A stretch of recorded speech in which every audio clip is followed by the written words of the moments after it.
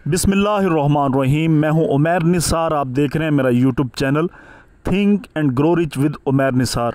ये वीडियो उन तमाम सरकारी मुलाजमीन के लिए हैं जो कॉन्ट्रैक्ट बेसिस पर काम कर रहे हैं। ये वीडियो उन तमाम एस्पायरेंट्स के लिए है जो जॉब करना चाहते हैं, सरकारी मुलाजमत हासिल करना चाहते हैं।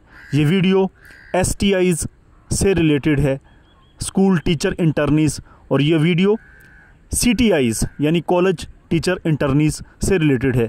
ओवरऑल ये वीडियो तमाम कॉन्ट्रैक्ट बेस्ड मुलाजमीन जितने भी पंजाब के अंदर हैं उनके लिए है।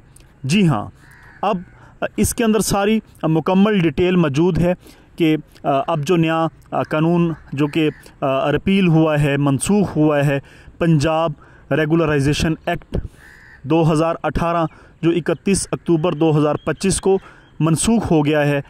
अब कॉन्ट्रैक्ट मुलाजमीन की भर्ती जो है होगी, कॉन्ट्रैक्ट मुलाजमीन काम करेंगे लेकिन वो रेगुलर नहीं होंगे।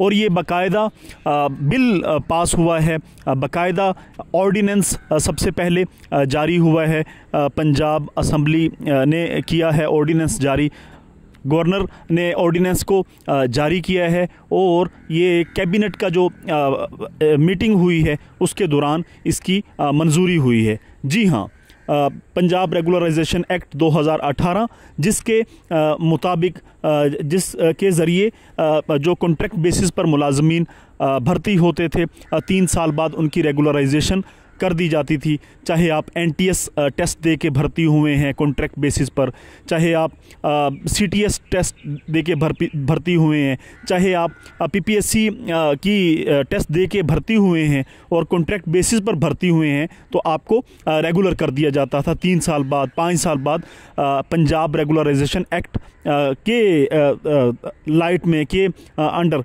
तो अब जो पंजाब रेगुलराइजेशन एक्ट जब मनसूख हो गया, आपको स्क्रीन पर नज़र आ रहा है, और इसके साथ जो ऑर्डिनेंस जो है वो भी आपको स्क्रीन पर नज़र आ रहा है, इसके ज़रिए मनसूख हुआ। ये एक बड़ा ही लम्हा फ़िक्रिया है जितने भी सरकारी मुलाजमीन हैं उनके लिए। क्योंकि सरकारी मुलाजमत की जो मराहत होती हैं, जो कशिश होती है, वो इसी के अंदर होती है कि उन्हें ज़्यादा से ज़्यादा पर्क्स एंड प्रिविलेजेस मिलें, ज़्यादा से ज़्यादा मराहत मिलें, ज़्यादा से ज़्यादा उन्हें फ़ायदे मिलें, ज़्यादा से ज़्यादा उनकी ज़िंदगी की बेसिक नेसेसिटीज़ ऑफ लाइफ सहूलियात मिलें। मसलन आप जब पूरी ज़िंदगी सरकारी मुलाजमत को दे देते हैं तो आखिर में आपके जहन में ये होता है कि हमें ग्रेजुएटी मिलेगी, हमें पेंशन मिलेगी, हमारे जो हैं वो राइट्स जो हैं वो रिज़र्व रहेंगे। लेकिन इसके बरक्स ये हो रहा है। वजह IMF की ये शराइत हैं, IMF की कंडीशंस हैं। IMF ये चाहता है कि जो सरकारी मुलाजमीन की वजह से ख़जाने पर बोझ है वो बोझ नहीं होना चाहिए। तो ये बात चलें फ़िस्कल मैनेजमेंट के एतबार से इसे ठीक कहा जा सकता है जहाँ तक माली मामलात हैं।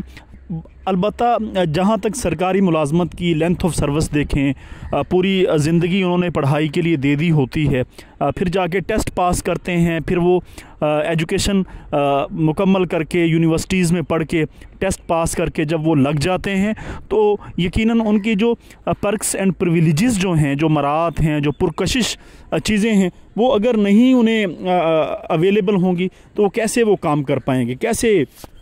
अलबत्ता जो लोग रेगुलर जॉब करना चाहते हैं, जो चाहते हैं वो परमानेंट बेसिस के ऊपर जॉब करें, हुकूमत पंजाब के अंदर आ जाएं और गवर्नमेंट ऑफ द पंजाब का हिस्सा बन जाएं, ब्यूरोक्रेसी का या किसी भी पार्ट का, तो फिर उन्हें अब PMS या फिर CSS करना पड़ेगा, प्रोविंशियल मैनेजमेंट सर्विस या फिर सेंट्रल सुपीरियर सर्विस। और ये सब स्टूडेंट्स जानते हैं, जान जोखों का काम है, ये मेहनत का काम है, बड़ी मुशक्क़त का काम है, बड़ा पढ़ना पड़ता है, बड़ा ज़्यादा यानी कि कोशिश करनी पड़ती है। यही अब जॉब्स जो हैं ये कह लें, और यकीनन जजेस वगैरह हो गए, आपके जितनी पुलिस डिपार्टमेंट हो गया, यकीनन इस तरह की जितनी जॉब्स हैं उनके अंदर आप यकीनन परमानेंट आपकी भर्ती जो है वो होगी। या फिर आप साफ ज़ाहिर आर्मी हमारा एक बड़ा प्रेस्टिजियस इदारा है, वहाँ पे बतौर सिपाही या परमानेंट बेसिस पर जाते हैं। तो आप PMS करें, CSS करें, रेगुलर हो जाएं और अच्छी जॉब्स हैं, ज़बरदस्त हैं। लेकिन आप अगर कॉन्ट्रैक्ट पे भी चलना चाहते हैं तो फिर आपको पंजाब रेगुलराइजेशन एक्ट जो है वो मनसूख हो चुका है, तो इसके साथ ही मूव करना पड़ेगा, आपको ऐसे ही चलना पड़ेगा। और आखिर में इन सम हम यही बात करेंगे कि पंजाब रेगुलराइजेशन एक्ट जो कि कॉन्ट्रैक्ट मुलाजमीन को रेगुलर करता था, अब वो मुलाजमीन के साथ नहीं रहा बल्कि मनसूख हो चुका है। अलबत्ता अगर समझा जाए तो इतनी ज़्यादा परेशानी या ज़्यादा टेंशन वाली बात नहीं है, क्योंकि ये ज़िंदगी जो हम गुजार रहे हैं, जो लाइफ हम गुजार रहे हैं, ये कौन सा कोई परमानेंट है, ये भी तो कॉन्ट्रैक्ट बेसिस पर हैं। पता नहीं कब इंसान का पता चले, आज हैं कल नहीं हैं।